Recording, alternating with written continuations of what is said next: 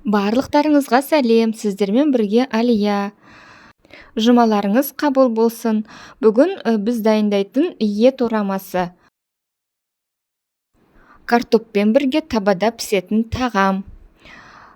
Дайындап көріңіздер менімен бірге. Маған тіркелмеген болсаңыз, менің каналыма тіркеліп, лайк басуды ұмытпаңыздар. Және де комментарий жазуды ұмытпаңыздар. Міндетті түрде сіздерге жауап беремін. Рахмет.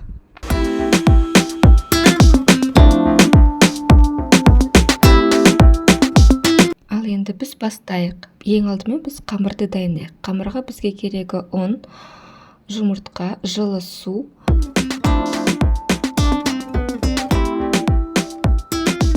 Ең алдымен жұмыртқамызды жарып, оған жылы суымызды қоямыз. 150-180 мл. Одан кейін тұздаймыз. Жақсылап тұрып араластырамыз. Венчикпен.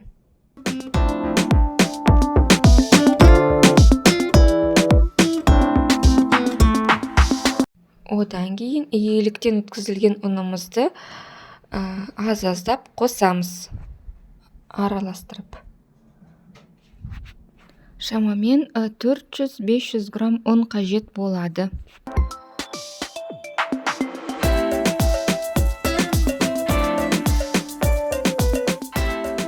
Қолымызбен илеп, қамыр дайындаймыз. Одан кейін салафанға орап бір 15 минутқа тынығып қоямыз. Салмамызды дайындайық. Оған керегі бізге фарш 400-500 грамм, 2 пияз. Пиязымызды блендердан немесе мясорубкадан, теркадан өткізіп аламыз да, оны фаршымызға қосамыз. Міндетті түрде салқын су қосамыз. Кішкене ғана 20-50 мл. Тұзын, бұрышын, өзіңізге ұнаған приправаны қоссаңыз болады. Одан кейін жақсылап тұрып қолымызбен араластырамыз.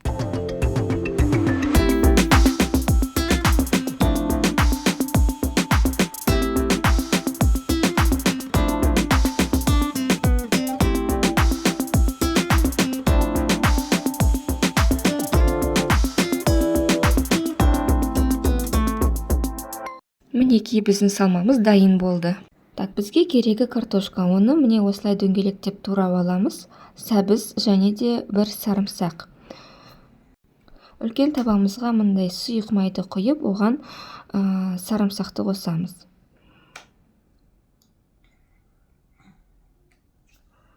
Ал енді қамырымызды илейік. Ол біздің ең басты ингредиентіміз. Қамырды жақсылап тұрып илеп аламыз. Ондай қатты жұқа қылдырмай, қатты қалың қылдырмай илеп аламыз. Біздің қамырымызға сұйық май жағамыз, немесе сары майды да жағуға болады. Одан кейін мінекей осылай салмамызды салып аламыз. Қамырдың барлық жеріне осылай біздің фаршымызды жағамыз да, осылай рулет сияқты айналдырып, сосын шетін қысып қоямыз.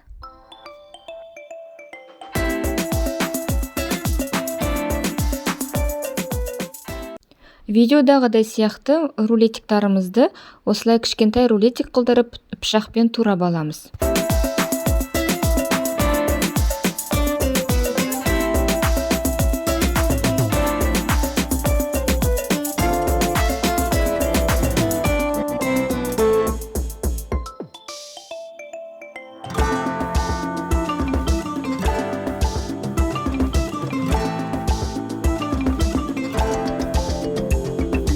Жаңағы қамырымыздан менде 2 бөлек қамыр шықты. Бұл қамырымызды да бағанағыдай сияқты оқтаумен илеп аламыз.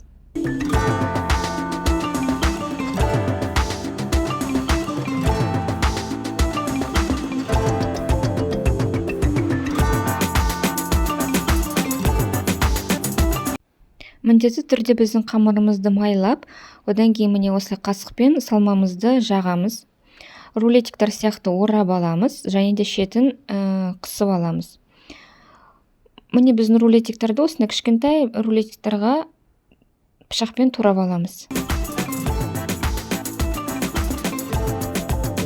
Біздің табаға осылай сарымсақты қуырамыз, оған сәбізімізді қосып қуырамыз. Одан кейін томатный паста қосамыз да араластырып қуырамыз.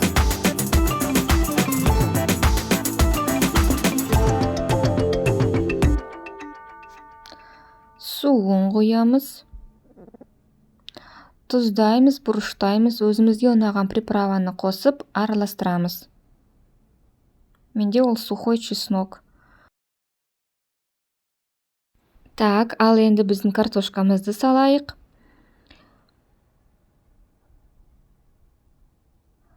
Картошканы жауып тұратындай су құямыз.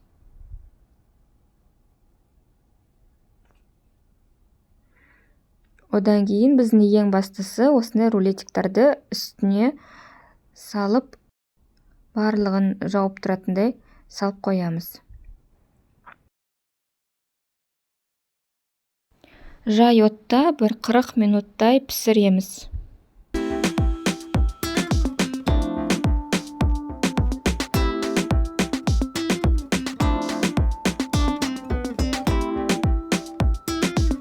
Сіздерге кешкі асқа идея. Осылай ерекше тағамды пісіріп, үйдегілерді қуантып көріңіз. Табада піскен манты сияқты өте дәмді. Жасалу жолы қиын емес, барлықтарыңыздың қолынан келетін тағам. Сіздерге бұндай рецепт ұнаған болса, лайк басып, подписка батырмасын басыңыз. Рахмет, сіздерге ас болсын.